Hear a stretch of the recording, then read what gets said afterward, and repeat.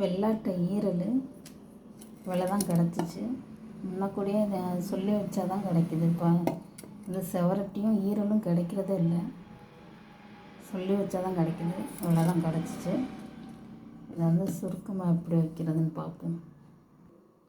இதுக்கு தேவையான பொருட்கள் வெறும் சீரக பொடியும் மிளகு பொடியும் இருந்தாலே போதும்.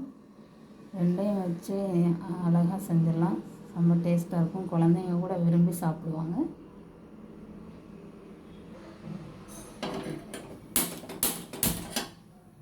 சட்டியை காய வச்சாச்சு.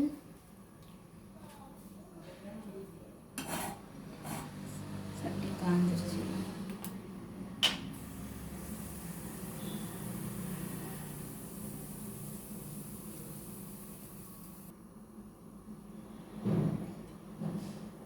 எண்ணெய் ஊற்றிக்கிறோம்.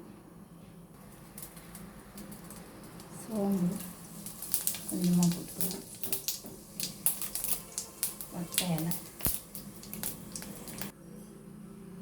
இதோட அரைச்சி வச்சுருக்கிற இஞ்சி பூண்டு தக்காளி சின்ன வெங்காயம் இதெல்லாம் மிக்சியில் போட்டு அடித்து வச்சுருக்கோம்.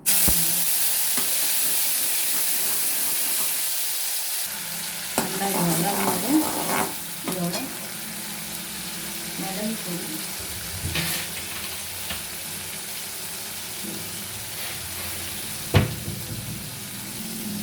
ஜீரக பொடி கொஞ்சம், மஞ்சள் பொடி கொஞ்சம், மிளகு பொடி கொஞ்சம், மிளகாய் பொடி கொஞ்சம், தேவையான அளவு உப்பு, கொஞ்சம் கருவேப்பிலை, இதெல்லாம் சேர்த்து வதக்கிட்டு இந்த கறியை ஈரலை போட்டு வதக்கிடணும். இதெல்லாம் போட்டு நல்லா கறியில் வேக விடணும். அதிலே தண்ணி விடும். அதனால் தண்ணி சேர்க்க தேவையில்லை.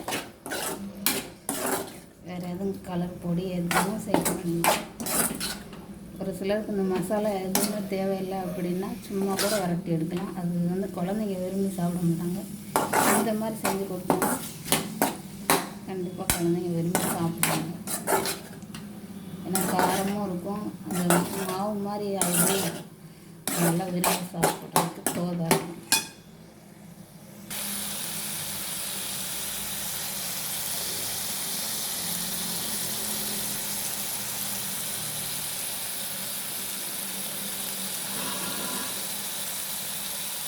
கொஞ்ச நேரம் வேகணும். வெந்ததுக்கப்புறம் எடுத்து சாப்பிடலாம்.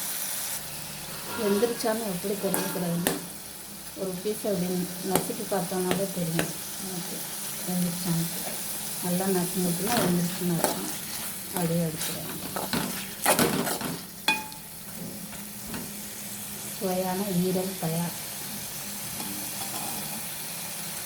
நாங்கள் நல்லா காரசாரமாக சாப்பிடுவோம் அப்படின்றவங்க இன்னும் மிளகு பொடி கொஞ்சம் தூக்கலாக போட்டுக்கலாம்.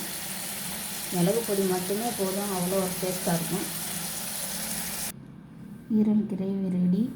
இது சப்பாத்தி, தோசை, இட்லி தோசை, சாதம் எல்லாத்துக்கும் செஞ்சு சாப்பிட்டுக்கலாம். வேறு சைடிஷ் வேறு குழம்பு எதுவுமே தேவையில்லை. குருமா எதுவுமே தேவையில்லை. இது ஒன்று இருந்தாலே போதும், அவ்வளோ நல்லா சாப்பிட்லாம்.